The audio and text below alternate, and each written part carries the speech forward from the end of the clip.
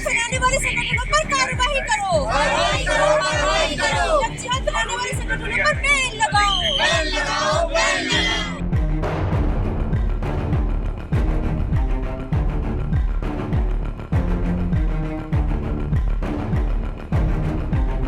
जिस व्यक्ति ऋषभ ठाकुर का नाम आपने बताया, दोनों एसओजी टीमें इसकी गिरफ्तारी के लिए लगातार दबिश में है। संज्ञान में आया है कि इसके विरुद्ध पूर्व में गुंडा एक्ट की कार्रवाई हो चुकी है और उसके साथ साथ इसके आपराधिक इतिहास के आधार पर अन्य कार्रवाइयां भी, जो निरोधात्मक कार्रवाइयां हैं, ताकि ये व्यक्ति दोबारा इस तरह का अपराध करने के बारे में ना सोचे, हम लोग सुनिश्चित करेंगे। लोकतांत्रिक देश है, हर व्यक्ति को अपने सहपाठी चुनने, अपने दोस्त चुनने का अधिकार है। देश संविधान से चलता है, ना कि जो लोकल गुंडे हैं इनसे। इस तरह के जो गुंडा तत्व हैं, इन पर कार्रवाई होनी चाहिए, इनको जेल में डाला जाना चाहिए। जो लोग वहाँ पे मौजूद थे उनको भी सूचित किया गया है कि वो भी आके अपने बयान दर्ज करें। अगर उनके बयानों में किसी और अपराध का घटित होना पाया जाएगा तो हम लोग उन धाराओं की भी बढ़ोतरी करेंगे। अगर आवश्यक होगा तो इनका माननीय न्यायालय के समक्ष भी बयान कराएंगे ताकि साक्ष्य हमारा और मजबूत रहे। आदाब, नमस्कार, मैं वसीम अख्तर और आप देख रहे हैं द लीडर हिंदी। खुद को बजरंग दल से जुड़ा बताने रेस्टोरेंट में नर्सिंग की छात्रा की बर्थडे पार्टी में घुसकर मारपीट करने और बजरंग दल से निकाले जाने के बाद ऋषभ ठाकुर अब फरार है। उसके खिलाफ संगीन धाराओं में एफआईआर लिखी जा चुकी है। 6 साथियों को पुलिस गिरफ्तार कर चुकी है। ऋषभ ठाकुर ने जो किया है वह अभी तूल पकड़ा हुआ है। खुद को बजरंग दल का विभाग सह संयोजक बताने वाले आर्यन चौधरी ने मंगलवार को विरोध का ऐलान किया था। वो तो कलेक्ट्रेट नहीं आए, लेकिन परिवर्तनकारी छात्र संगठन से जुड़े छात्र छात्राएं सड़क पर दिखे, ये कहते हुए कि सांप्रदायिक फांसीवादी संगठनों को बैन करो। इस संगठन के पदाधिकारियों ने नर्सिंग की छात्रा की बर्थडे पार्टी में हमला करने वालों के ने किन शब्दों में गुस्सा जताया है वो आपको बाद में सुनवाएंगे। पहले एसएसपी अनुराग आर्य से रूबरू कराते हैं। वो ऋषभ ठाकुर को लेकर बता रहे हैं, कह रहे हैं कि ऐसी कार्रवाई होगी कि दोबारा अपराध करने की सोच नहीं पाए। एसएसपी ने उसकी तलाश में एसओजी की दोनों टीमों को लगा दिया है।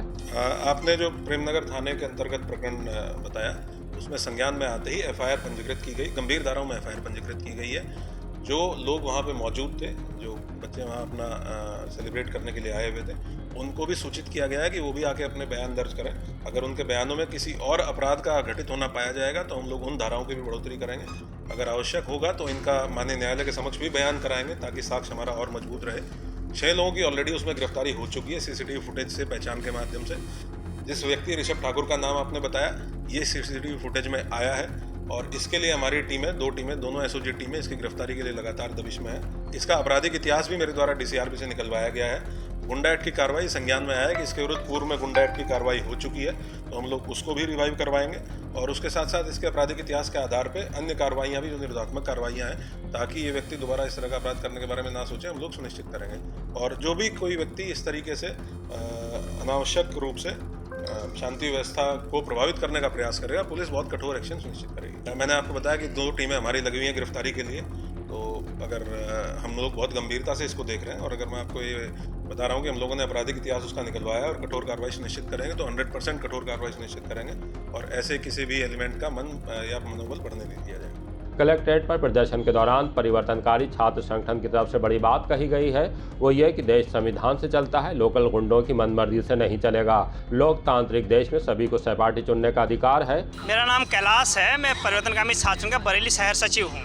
ये हम जो छात्रों पे लगातार हमले हो रहे हैं धर्म के नाम पे, नस्ल के नाम पे, उसके विरोध में हम यहाँ पे इकट्ठा हुए हैं। अभी 2 दिन के अंदर ही 2 घटनाएं सामने आई हैं। बरेली के अंदर राजेंद्र नगर में एक रेस्टोरेंट में छात्रा अपने सहपाठी के साथ अपना जन्मदिन मनाती है, जिसमें 2 मुस्लिम छात्र भी जो उसके सहपाठी हैं। तो कुछ हिंदूवादी संगठन, जिनको बजरंग दल का बताया जा रहा है, वहाँ पर जाके तोड़फोड़ करते हैं, छात्रों को आतंकित करते हैं और इस देश के कानून और न्याय को धता बता के वहाँ पर आतंकित करने की कार्रवाई करते हैं। हम इसके खिलाफ हैं। हमारा कहना है एक लोकतांत्रिक देश है, हर व्यक्ति को अपने सहपाठी चुनने, अपने दोस्त चुनने का अधिकार है। दूसरा मामला देहरादून का है, जहाँ पर त्रिपुरा का रहने वाला एक छात्र जो MBA में वहाँ पढ़ाई कर रहा था, एंजल चकमा, उसको उसके नस्ल के आधार पर कि वो चाइनीज़ मूल का दिखता है, वो मंगोलियाई नस्ल का है, तो उस पर चाइनीज़ बता के हमला किया जाता है। 17 दिन जिंदगी और मौत से जूझने के बाद उसकी कल मृत्यु हो जाती है।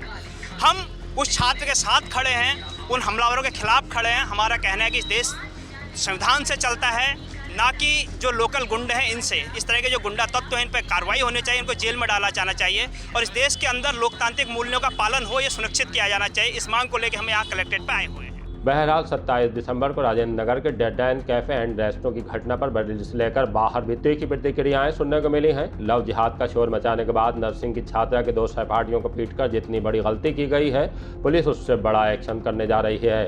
उसके लिए थोड़ा इंतजार कीजिए और देखते रहिए द लीडर हिंदी।